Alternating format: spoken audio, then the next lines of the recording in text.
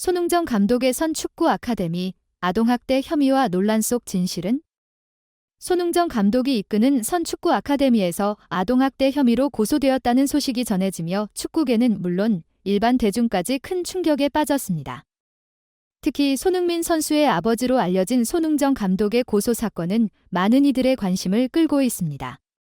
현재 춘천지방검찰청 정문 앞에서 손흥정 감독의 선처를 요청하는 기자회견까지 열리고 있으며 손흥정 감독의 상태가 심상치 않다는 소식이 들려오고 있습니다. 손흥민 역시 아버지를 걱정하며 힘든 시간을 보내고 있다는 소식에 많은 이들이 고소인 부모를 비판하고 있습니다.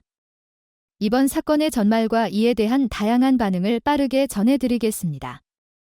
세계적인 축구 선수인 손흥민을 키워낸 손흥정 감독은 손흥민을 훈련시킬 때에도 두부처럼 조심조심 다루지 않았습니다. 손흥정 감독은 손흥윤과 손흥민을 혹독하게 훈련시켰고 훈련 중에는 위부 사인하는 소리까지 들릴 정도로 강도 높은 훈련을 진행했습니다.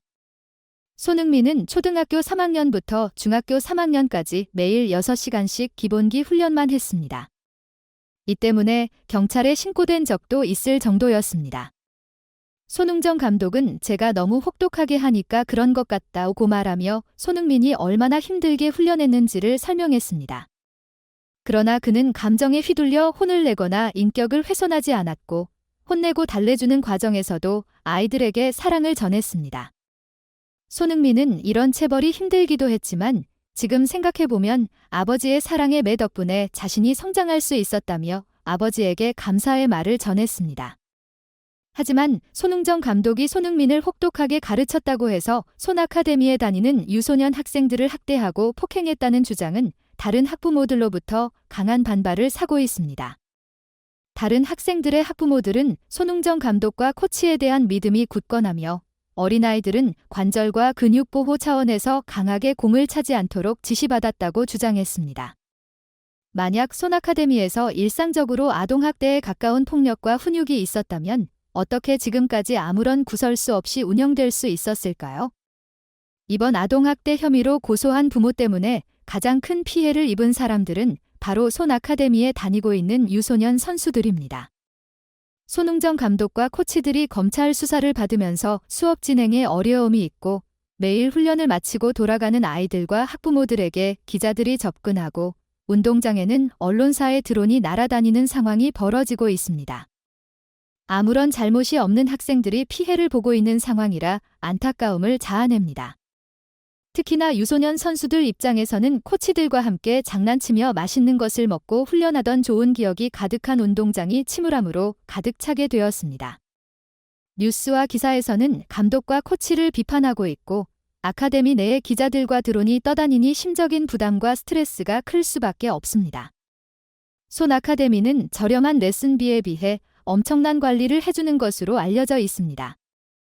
유소년 선수들이 생활하기에 불편함이 없도록 모든 것을 지원해주고 있으며 학생들 입장에서는 유명한 손흥민 선수의 아버지이자 손흥민 선수를 직접 훈련시켰던 손흥정 감독의 지도를 받을 수 있다는 것이 영광입니다.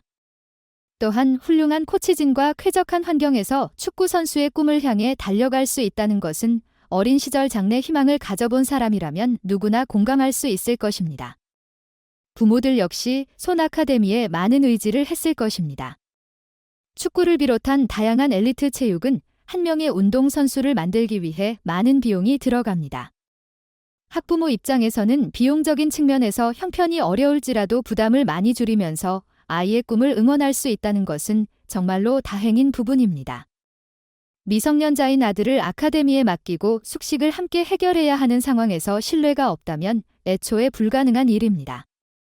손흥정 감독이나 코치들이 아들을 인격적으로 대해주지 않고 정신적으로, 육체적으로 학대했다면 부모들이 믿고 맡길 수 있었을까요? 시청자분들이 부모라면 믿고 맡기실 건가요? 당연히 아닐 것입니다.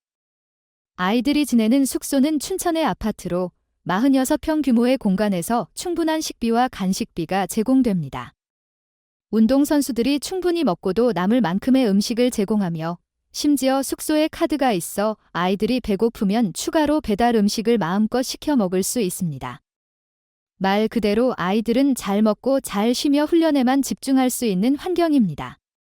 이런 환경을 제공하기 위해 손흥정 감독과 코치들이 얼마나 노력했을지 생각해보면 그들의 진심이 느껴집니다. 손흥정 감독을 고소한 학부모는 아들의 멍든 사진을 공개했는데 사실 폭행에 근거하기보다는 일상에서도 충분히 생길 수 있는 수준의 멍으로 보입니다. 진단받았다고 한 전치이주도 병원에서 흔히 받는 수준이라 이걸 부상이라고 하기에도 애매합니다.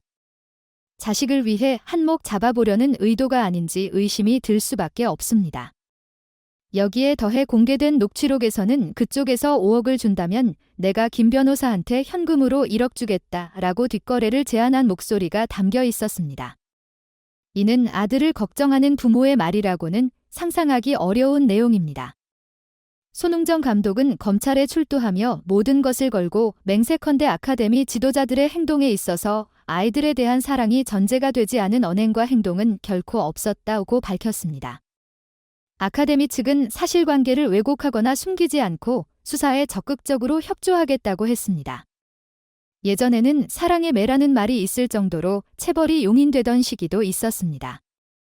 하지만 이제 세상이 달라졌고 모든 것이 폭력으로 해결되지 않는다는 것을 우리 모두 알고 있습니다.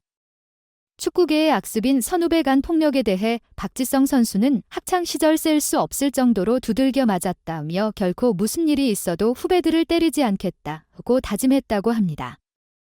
박지성이 축구센터를 설립한 이유도 어린 선수들이 억압적이고 폭력적인 환경이 아닌 곳에서 축구를 배우기를 바랐기 때문입니다.